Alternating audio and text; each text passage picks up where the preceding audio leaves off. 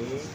Hari ini saya menyampaikan informasi adanya penahanan terhadap tersangka LM, di mana kami sebagai pelapor mendapatkan informasi tersebut berdasarkan surat yang Mbak Lintang terima dari penyidik, yakni surat tertanggal 23 September 2024, namanya pemberitahuan perkembangan hasil penyidikan, SP2HP istilahnya. Di dalam surat ini yang paling penting sudah dinyatakan oleh penyidik, ada penyidik telah melakukan penangkapan dan penahanan terhadap LM. Itu paling intisarinya dari surat ini. Karena surat ini banyak sekali yang diceritakan proses yang penting itu, dan laporan polisinya yang paling terpenting adalah laporan polisi tanggal 18 Januari 2021, di mana pelapornya adalah Mbak Lintang sendiri. Seperti itu. Soal peristiwanya bagaimana sehingga Mbak Lintang membuat laporan ke Polda Metro Jaya, itu terkait dugaan tindak pidana penipuan dan penggelapan. Perjuangan yang cukup panjang sejak tahun 2021 untuk mencari sebuah keadilan.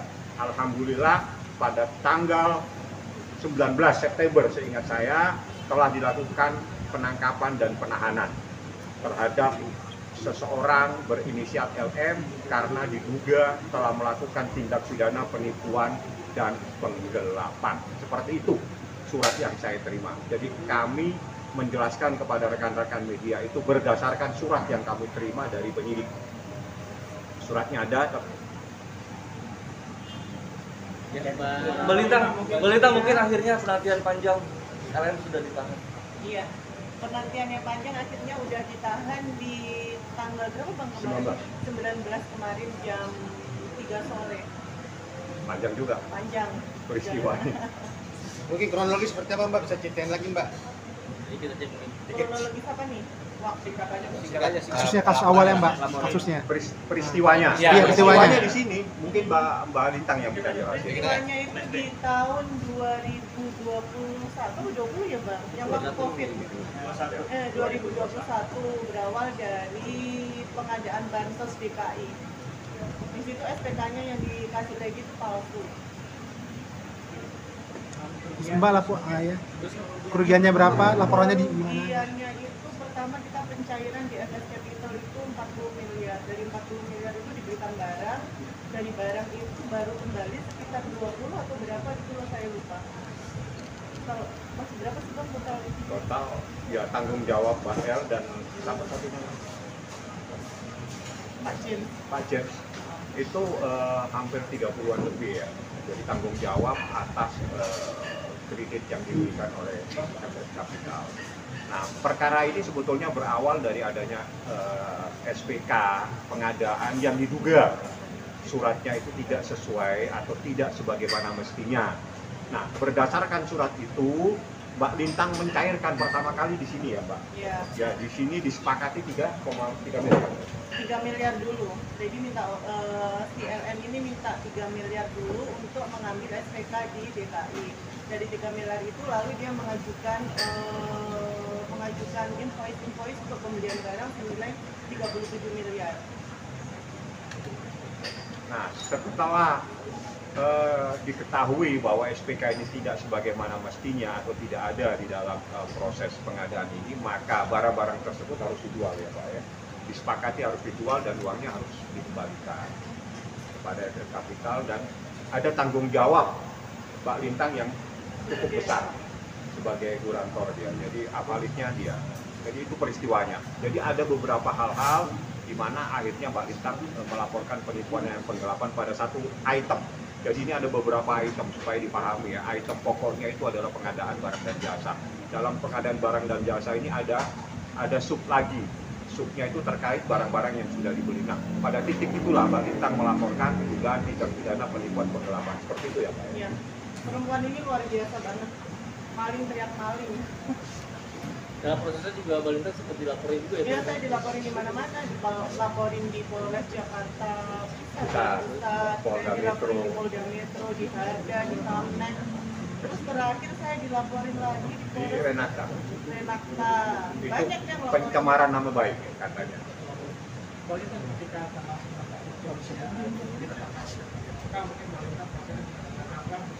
Tahan. Bahagia dong. Penantian yang panjang akhirnya terselesaikan dengan baik. Mbak, setelah proses ini adakah kontak dari pengacara sana, Mbak? Nggak ada. Melintang mungkin setelah LM ditahan, mungkin masih berharap kerugian kembali atau seperti apa? Enggak, saya nggak berharap, kita udah beresin semua. Bang, Kalau tindak pidana penipuan penggelapan itu ancamannya itu maksimal 4 tahun. Tapi pasal ini menurut KUHAP adalah memenuhi syarat untuk dilakukan penahanan. Dan ada TPPU-nya. Nanti TPPU-nya pasti akan berjalan tersendiri dan itu ancamannya yang lebih berat. Kenapa bang? Ya, ancamannya TPPU bisa 10 tahun. Bang, apa sih Bang buat ini jadi lambat banget kasusnya, Bang? Kenapa? Bertahun-tahun kasusnya jadi lama gitu loh. Gini, kasus lapor itu situasi COVID dan COVID dahsyat-dahsyatnya COVID dan berjalan berhenti, otomatis orang konsentrasi menyelamatkan diri masing-masing. Bagaimana kita bisa sehat? Nah, berjalan, tapi proses ini saling lapor melapor itu panjang. Jadi Mbak Lintang dilaporkan di sini, dilaporkan di sini. Mbak El hanya melaporkan satu LP saja. Ya LP ini yang diperjuangkan terus-menerus. Nah, dalam waktu perjuangan yang cukup panjang ini, alhamdulillah memenuhi titik terang sehingga ditetapkan dia menjadi tersangka dan pada akhirnya tanggal 19 September kemarin dia dilakukan penahanan dan saat ini ada di tahanan Polda Metro Jaya. Pasca penahanan sempat abang dihubungin nggak sama pihak dari kuasa hukum dia bang? Nggak ada yang saya kenal dan saya nggak tahu. Makanya akan terus melanjutkan atau seperti apa ini? Harus lanjut dan proses ini harus di pengadilan. Mbak Lintang siap kapan saja nanti memberikan kesaksian di pengadilan. Mbak Lintang sendiri ada rencana untuk ini nggak mungkin menemui ini? Nggak ada. Inisial LM. Kapan lo mau nemuin LM? Iya kan artinya kan ini juga lumayan juga uangnya cukup besar gitu mbak. Udah untuk masalah uang udah nggak ini, yang penting si LM-nya udah menerima hasil dari perbuatannya. Artinya sudah puas ya dengan Ya. Dia siap ketemu dong nanti di pengadilan. Siap dong ketemu. Selama ini kan dia selalu teriak-teriak seolah-olah dia korban. Pak, terkait laporan kepada Mbak Lintang apa udah di SP3 atau gimana bang? Ya udah ketiga semua. Mau SP3 mbak? Mbak Lintang, itu mas kerugian materi kan besar. Kalau kerugian materi kayak ini psikologis, ini gimana? Lebih besar lagi. Sangat Ya, lebih besar lagi ketika di BAP ke atas laporannya dia aja udah berjam-jam kita kehilangan waktu, kehilangan semuanya. Dan diberitakan juga. Dan sama dia diberitakan di YouTube kan seolah-olah saya ini pelaku, padahal dia yang pelakunya. Pasca dari penangkapan dari inisial LM ini sempat ada disita juga nggak sih bang untuk barang-barang sendiri bang? Gitu? Sebentar. Disitanya apa aja, Bang? kita apa aja bang? Penyitaan, ada penyitaan barang bukti. Ada Tapi juga. saya tidak boleh tahu karena ini tanya langsung ke penyidik. Yang jelas surat yang kami terima namanya SP2HP, salah satunya berbicara menerangkan adanya penangkapan dan penahanan, menerangkan adanya penyitaan barang bukti. Apa yang disita kita tidak tahu. Kayak misalnya barang bergerak gitu seperti mobil. Nggak tahu. Belum nanti mungkin itu. Itu kalau TPPU. TPPU-nya nanti. Bang, itu kan surat penahanan tanggal 19. Berapa hari proses abang menerima surat itu dari? Surat ini kami terima pada pemberitahuan tanggal 22, 23 kami terima. Jadi itu beberapa hari kemudian kita terima. Nah, Bang, sorry, abang kan di sini menegaskan bahwa saudara LM ditahan atas surat yang abang terima dari Polda Metro Jaya. Nah, pertanyaannya adalah sejauh ini dari pihak polisi sendiri belum ada pemberitahuan seperti itu, apakah secara hukum tidak apa-apa? Seperti apa, Bang? Menegaskan sendiri. Wartawan itu sakti. Wartawan itu lebih lihai untuk mendapatkan informasi. Anda saya kasih bahan. Ini bahannya. Silakan Anda tindak lanjuti. Kan gitu caranya.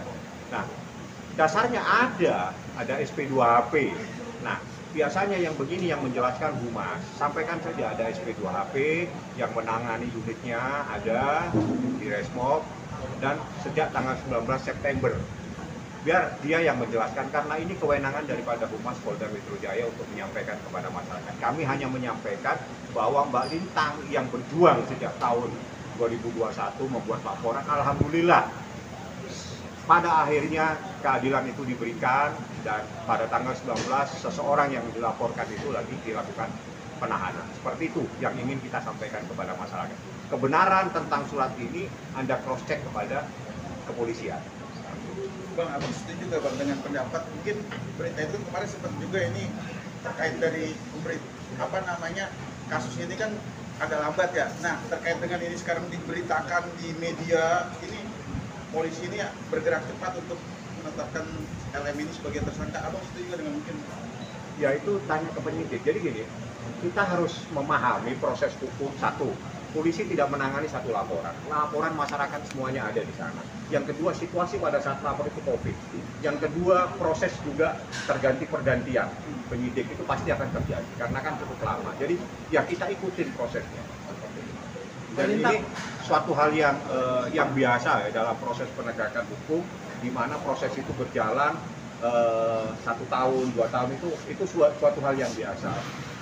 Mbak Lintang, Ya. terakhir sebelum orang ditangkap atau dijadikan tersangka sempat ada komunikasi nggak? Saya sempat dikonfrontir ya di tanggal berapa ya itu bang? Konfrontir terakhir itu Sempat konfrontir terakhir. Saat itu 2 artinya bulan yang lalu. Ada pembicaraan atau apa aja Mbak ya bicaranya? Nggak ada pembicaraan apa-apa, dia yang masih nyolot banget seolah-olah dia korbannya. Oh tetap dengan pendirian dia. Tetap. Tidak ada pembicaraan damai atau restoratif justice ya? Enggak ada. Dia tetap dengan gayanya yang seolah-olah dia korban. Berarti udah tertutup untuk RC bang ya? Oh nggak ada RC. Berarti dia apa gimana berarti? Nggak ada. Kalau untuk yang satunya sendiri siapa? Pak James itu sudah masuk juga atau gimana? bukan Pak James korban. Oh, Pak James korban Sama juga. kayak saya. Oh sama. Tapi Pak James sendiri nanti akan hadir sebagai saksi atau gimana? Hadir sebagai saksi. artinya Balita kan dia juga sempat sampai ke media bahwa dia tuh kabar juga Iya. dan Balita artinya menunggu identitasnya bakalan di sidang dia artinya Oh, ada iya, pasti. siap mengawal juga ya. Iya, harus siap dong.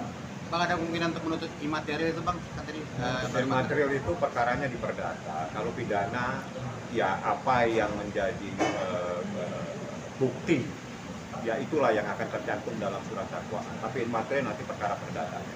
Itu Balintang mungkin tidak akan sampai ke sana. Yang jelas dia menuntut keadilan dan menyampaikan kepada masyarakat bahwa ini loh kejadiannya dan saya melaporkan adanya dugaan tindak pidana penipuan dan penggelapan terhadap seseorang dan saat ini seseorang tersebut ditahan. Seperti itu supaya masyarakat tahu bukan Mbak Lintang yang salah dalam perkara ini. Bang Pami. Cari fotonya dong mas waktu ditahan. Iya. Cari. Ada pesan apa? Ketika ketemu. Nggak ada pesan apa-apa, selamat menikmati hidup yang baru.